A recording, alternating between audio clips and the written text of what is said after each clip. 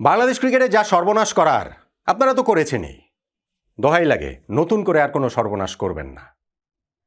এই যে পাকিস্তান টি-20 বিশ্বকাপ খেলবে অথচ ভারতের বিপক্ষে ম্যাচ খেলবে না, তাতে যে যুদ্ধ ঘোষণা করেছে আইসিসির বিপক্ষে, ভারতের বিপক্ষে, এই যুদ্ধে বাংলাদেশকে একটা পার্ট বানিয়ে ফেলেন না। আমরা খেলা থেকে আউট, একটা টি-20 বিশ্বকাপে বাংলাদেশ নাই। এইটার খেসারত যে আমাদের কতভাবে দিতে হবে, আমাদের ক্রিকেটকে দিতে হবে, এটা এই মুহূর্তে দাঁড়িয়ে আমরা বুঝতে পারছি না। ঠিক আছে, ওইটা তো হয়ে গেছে। এই ড্যামেজটা আমরা কিভাবে কন্ট্রোল করব, এই জায়গাটা আমরা কিভাবে রিকভার করব, সেটা ভবিষ্যতের হাতে না হয় তোলা থাকলো, কিন্তু নতুন করে আর কোনো ক্ষতি করে না। অন্তত পক্ষে 12 তারিখে যে বাংলাদেশের জাতীয় সংসদ নির্বাচন, সেই পর্যন্ত বাংলাদেশ ক্রিকেটের কোনো সিদ্ধান্ত আপনারা দিয়েন না। পাকিস্তানের ওই লড়াইটাকে আমাদের লড়াই বানিয়ে ফেলেন না। পাকিস্তানের ট্র্যাপে আরেকবার পড়েন না। কেন আমি এই কথাটা বলছি, সেই আলোচনাটা এখানে করছি, কেননা ওইরকম একটা সম্ভাবনার জায়গা, আশঙ্কার জায়গা, ওইরকম একটা ইকুয়েশনের জায়গাটা তৈরি হয়েছে। সেই ট্র্যাপটাতে যদি আমাদের ক্রিকেট সংশ্লিষ্টরা পড়েন, তাহলে সেটা ভেরি ভেরি আনফর্চুনেট হবে। আমি অনেকবার বলেছি, আমি আবারও বলছি, আমি বারবার বলবো, বাংলাদেশ এই টি-20 বিশ্বকাপটা যে খেলে নাই, এর পেছনে যারা রয়েছেন, সামনে যারা রয়েছেন, প্রকাশ্য অপ্রকাশ্য যারাই আছেন না কেন, সমকালে আপনারা হয়তো হাততালি পাচ্ছেন, কিন্তু মহাকালে আপনারা প্রাপ্তি কেবলই গালাগালি। আপনারা মহাকালে ঘৃণিত চরিত্র হিসাবে বেঁচে থাকবেন। বাংলাদেশ ক্রিকেটের শত্রু হিসাবে আপনাদেরকে সবাই স্মরণ করবে। সো নতুন করে আর কোনো কিছু করবেন না, যেইটা আমাদের রাজনীতিবিদরা করার চেষ্টা করছেন। খেলাটা তো রাজনীতির সবগুলো জায়গাতেই, এইটা ভারত বলেন, পাকিস্তান বলেন, বাংলাদেশ বলেন। ফলে 12 তারিখে যে বাংলাদেশের জাতীয় সংসদ নির্বাচন রয়েছে, সেই রাজনৈতিক মেরুকরণ এরপরে কোন জায়গায় গিয়ে দাঁড়াবে আমরা তো আর জানি না। এরপরে গিয়ে যদি দেশ ভেসে যায়, ক্রিকেটও ভেসে গেল। কিন্তু এখন আপাতত আপনারা এমন কোনো কিছু করেন না যে 12 তারিখের পরও সেইটা রিকভার করাটা বাংলাদেশ ক্রিকেটের জন্য যেন কঠিন হয়ে ওঠে। এইরকম কোনো কিছু অন্তত পক্ষে আপনারা করবেন না, এই অনুরোধটাই আসলে রাখছি। আলোচনাটা কেন করছি দেখেন, পাকিস্তান একটা সিদ্ধান্ত নিয়েছে যে তারা টি-20 বিশ্বকাপ খেলবে, কিন্তু ভারতের বিপক্ষে ম্যাচ খেলবে না, এবং এইটা করার মাধ্যমে তারা ভাবছে যে বিশ্ব ক্রিকেটের যে পুরো ডিনামিক্সটা আছে সেটা তারা ওলটপালট করে দিতে পারবেন। এবং সেইখানটাতে তারা হচ্ছে গিয়ে ভারতের যে আধিপত্য, ভারত যে বিশ্ব ক্রিকেটের ছড়ি ঘোরায়, আইসিসি মানে যে ইন্টারন্যাশনাল ক্রিকেট কাউন্সিল না, এটা যে আসলে ইন্ডিয়ান ক্রিকেট কাউন্সিল, এই প্রত্যেকটা কথাই সত্য। কিন্তু সেই সত্যটাকে আপনারা যে নিজেদের ন্যারেটিভে যেইভাবে দেখতে চান, যে ভবিষ্যতের ক্রিকেটটাকে যেভাবে দেখতে চান, সেইটা কি আসলে পাকিস্তান পারবে? পাকিস্তানের একার পক্ষে কি সম্ভব? এই যে একটা ম্যাচ পাকিস্তান খেলবে না, বলা হচ্ছে যে সেই ম্যাচের ভ্যালু কত। আমি একটা জায়গায় দেখছিলাম যে সেইটা নাকি বাংলাদেশি মুদ্রায় ভ্যালু হচ্ছে গিয়ে 6,000 কোটি টাকা। ভাই, ওই হিসাবটা যে করেছে, সেই হিসাবটা অনেক কিছু মিলিয়ে, ধরেন যেই দর্শকরা ইন্ডিয়া পাকিস্তান ম্যাচ দেখার জন্য আমেরিকা থেকে ভারতে আসবে, ইংল্যান্ড থেকে ভারতে না, পাকিস্তানে যাবে, শ্রীলঙ্কাতে যাবে, কলম্বোতে যাবে ম্যাচ দেখার জন্য, সেই ম্যাচ, ওই প্লেন টিকিট, ম্যাচ ভেন্যু, তাদের ওই যে খরচ, তাদের হচ্ছে গিয়ে এই যে টাইম ইনভেস্টমেন্ট, সব কিছু মিলে এটা ধরেছে। এবং সবচেয়ে বড় কথা, যে বেটিং কোম্পানিগুলো রয়েছে, লিগ্যাল বেটিং কোম্পানি, তাদের যে ওই ভারত পাকিস্তানে একটা ম্যাচ ঘিরে যেই পরিমাণ টাকা পয়সার লেনদেন হয়, সেইটাকে ধরে এত বড় অঙ্ক ধরা হয়েছে।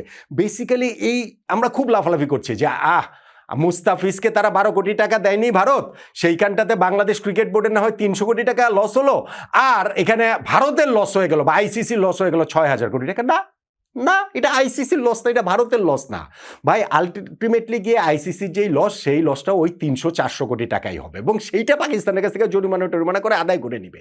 বেটিং কোম্পানির লস তো আর ভারতের লস না, আইসিসির লস না। সো এখানে একটা মিস ইন্টারপ্রিটেশনের ব্যাপার আছে বলে আমার কাছে মনে হয়। ঠিক আছে, সেটা অন্য আলোচনা। কিন্তু আমি বলছি যে সেই ম্যাচটাতে যদি এখন পাকিস্তান না খেললে কি হবে, পুরো ওয়ার্ল্ড ক্রিকেটের সব কিছুতে এলোমেলো হয়ে যাচ্ছে না? পাকিস্তান কি এই জায়গায় যেই চেষ্টাটা করছে, বিভিন্ন জায়গায় খবর টবর, উইচ ইজ কোয়াইট লজিক্যাল তাদের পয়েন্ট অফ ভিউ থেকে, যে তারা তাদের সমর্থনে নানান দেশের ক্রিকেট বোর্ডের সঙ্গে যোগাযোগ করছে, এবং সেই যোগাযোগে তারা যেন পাকিস্তানের পক্ষে থাকে, সেই চেষ্টার জায়গাটা করছে। আমাকে এখন বলেন তো, পাকিস্তানের পক্ষে এখানে কে থাকবে? ভারতের বিপক্ষে এখানে কে দাঁড়াবে? অস্ট্রেলিয়ান ক্রিকেট বোর্ড দাঁড়াবে, ইংল্যান্ড ক্রিকেট বোর্ড দাঁড়াবে, ওয়েস্ট ইন্ডিজেরটা দাঁড়াবে, সাউথ আফ্রিকারটা দাঁড়াবে, নিউজিল্যান্ডের কেউ দাঁড়াবে? এটা হয়? ভারত এই ওয়ার্ল্ড ক্রিকেট ইকোনমির 85% অ্যারাউন্ড তারা কন্ট্রিবিউট করে। ফলে তারা এইখানটাতে ক্রিকেট বিশ্বে ছড়ি ঘোরাচ্ছে। আমি এটা সব কিছু রাইট বলছি না, কিন্তু আমি বলছি বাস্তবতা। ধরেন এই শতাব্দী হওয়ার আগে গত শতাব্দী পর্যন্ত ওয়ার্ল্ড ক্রিকেটে ছড়ি ঘোরাতো ইংল্যান্ড অস্ট্রেলিয়া। তাদের ওই ছড়ি ঘোরানোর কারণ কি? নাকুচা স্বভাব, আভিজাত্য, ক্রিকেট অভিজাতদের খেলা, অতএব আমরা এই খেলাটা চালু করেছি, অতএব আমাদের কথা সবার শুনতে হবে, অতএব যে এমসিসি থেকে যেই সিদ্ধান্ত আসবে সেগুলো মেনে নিতে হবে, ব্লা ব্লা ব্লা। কিন্তু যখনই খেলাটা এই কমার্শিয়াল দিকে চলে গেল, যখনই এইটার মধ্যে টাকা পয়সা এইভাবে ইনভলভ হলো, এবং সেই জায়গাটাতে মার্কেটটা যেহেতু ভারতেরই সবচেয়ে বড়, সেই কারণে ভারত এখানে গুরুত্বপূর্ণ হয়ে উঠেছে, এবং সময়ে তারা হচ্ছে মাঠের ক্রিকেটটাও তাদের ওই জায়গাটাতে তারা নিয়ে গিয়েছে। ফলে এখন যদি পাকিস্তান অন্য দেশের ক্রিকেট বোর্ডের কাছ থেকে তাদের জন্য সমর্থনটা সিক করতে চায়, সেটা তাদের দোষের কিছু নাই। কিন্তু কোন দেশ পাকিস্তানকে সমর্থন দিবে আমাকে বলেন ভারতের বিপক্ষে গিয়ে? কারা এই রিস্কটা নিবে? এখন আমরা যদি মনে করি যে বাংলাদেশ আমরা এই রিস্ক নেব, হ্যাঁ ঠিক আছে ভাই, বাংলাদেশের পাশে পাকিস্তান দাঁড়িয়েছিল যখন ওই ভোটাভুটি হয়েছে আইসিসিতে, সে বাংলাদেশের খেলা ভারত থেকে শ্রীলঙ্কা নিয়ে যাওয়ার ব্যাপারে কেউ আমাদের পক্ষে ভোট দেয়নি, শুধু পাকিস্তান ভোট দিয়েছে, অতএব এখন আমরা পাকিস্তানের পক্ষে আছি। এরকম জায়গায় যদি আমরা করি, আমাদের ক্রিকেটের সর্বনাশ হওয়ার যতটুকু বাকি আছে সেই সর্বনাশটাও হয়ে যাবে। কেননা পাকিস্তান যদি ফাইনালি ভারতের বিপক্ষে ম্যাচ না খেলে, পাকিস্তানের উপরে অনেকগুলো স্যাংশন নেমে আসবে। তার মধ্যে নিষেধাজ্ঞা আছে, তার মধ্যে পিএসএল এ অন্যান্য দেশের খেলোয়াড়দের এনওসি না দেওয়ার ব্যাপার স্যাপার রয়েছে, হোস্টিং রাইটস কেড়ে নেওয়া, ওগুলি তো রয়েছেই। বাংলাদেশের উপরেও সেগুলো চলে আসবে। তো বাংলাদেশ পাকিস্তানের পাশে দাঁড়ালে আমাদের আসলে লাভের জায়গাটা কি হবে? আমরা আসলে কি অ্যাচিভ করতে চাই? হ্যাঁ, আমি যেটা বলছিলাম, আমাদের রাজনীতিবিদরা অনেক কিছু অ্যাচিভ করতে চান। আমি ওই কারণে 12 তারিখে নির্বাচনের কথা বলেছি। আমাদের রাজনীতিবিদরা মনে করেন যে এই ক্রিকেট ডিপ্লোমেসিতে পাকিস্তান এবং বাংলাদেশ একসাথে থাকলে সেই জায়গাটাতে পলিটিক্যাল ডিপ্লোমেসির যে জায়গাটাতে অনেক গেইনার হওয়ার সুযোগ রয়েছে। এবং 12 তারিখে বাংলাদেশের নির্বাচন ঘিরে এরকম অনেক কিছু হচ্ছে, এবং সেই জায়গাটাতে সরকার থেকে যতই চাপ দেওয়া হোক না কেন, যত কিছুই বলা হোক না কেন, সরকার থেকে তো অনেক কিছুই বলে, আমাদের ক্রিকেট বোর্ডের কাছেও তো অনেক কিছু বলে। ক্রিকেট বোর্ডের কাছেও তো বিভিন্ন জায়গাতে ক্রিকেট বোর্ড যেন অনুদান দিয়ে দেয় 100 কোটি টাকা, সেরকম আবদার নিয়েও তো আমাদের সরকার আসে, ক্রিকেট বোর্ডে আসে না? আমাদের ক্রিকেট বোর্ডে তো বিভিন্ন রাজনৈতিক দলের নেতাদের, পাতি নেতাদের, ছাত্র নেতাদের ক্রিকেট বোর্ডে আনাগোনা করতে দেখা গিয়েছে গত 15 দিনে, দেখা গিয়েছে না?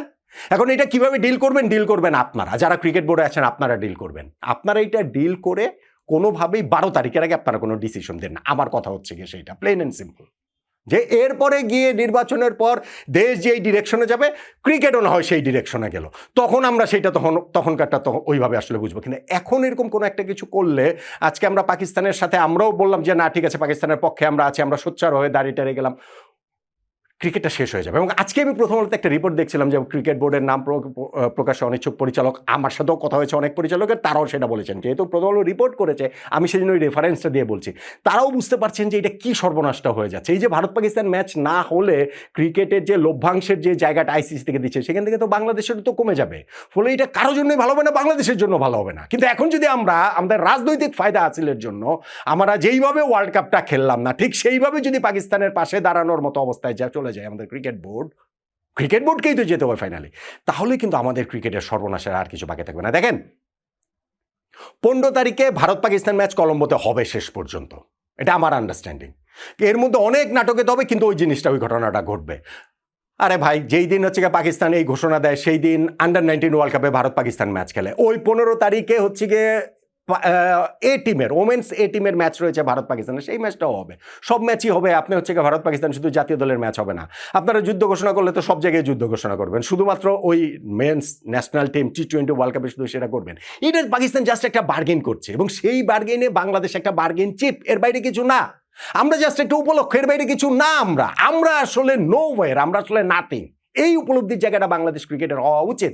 আমি দেখছিলাম যে পাকিস্তানের ওই যে সাবেক ক্যাপ্টেন রশিদ লতিফ, তিনি হচ্ছে একটা ইন্টারভিউতে বলছেন যে না, বাংলাদেশ যেই সিদ্ধান্ত নিয়েছে সেই সিদ্ধান্তের পেছনে পাকিস্তান অবশ্যই রয়েছে। থাকতে পারে, এবং সেটা যদি হয় তাহলে তো পাকিস্তান আমাদের কাছে তুলে দিয়ে মই কেড়ে নিয়েছে। আমাদেরকে তারা ওয়ার্ল্ড কাপ থেকে আমরা নাই হয়ে গেলাম, তারা তো ঠিকই দিব্যি ওয়ার্ল্ড কাপ খেলে বেড়াচ্ছে।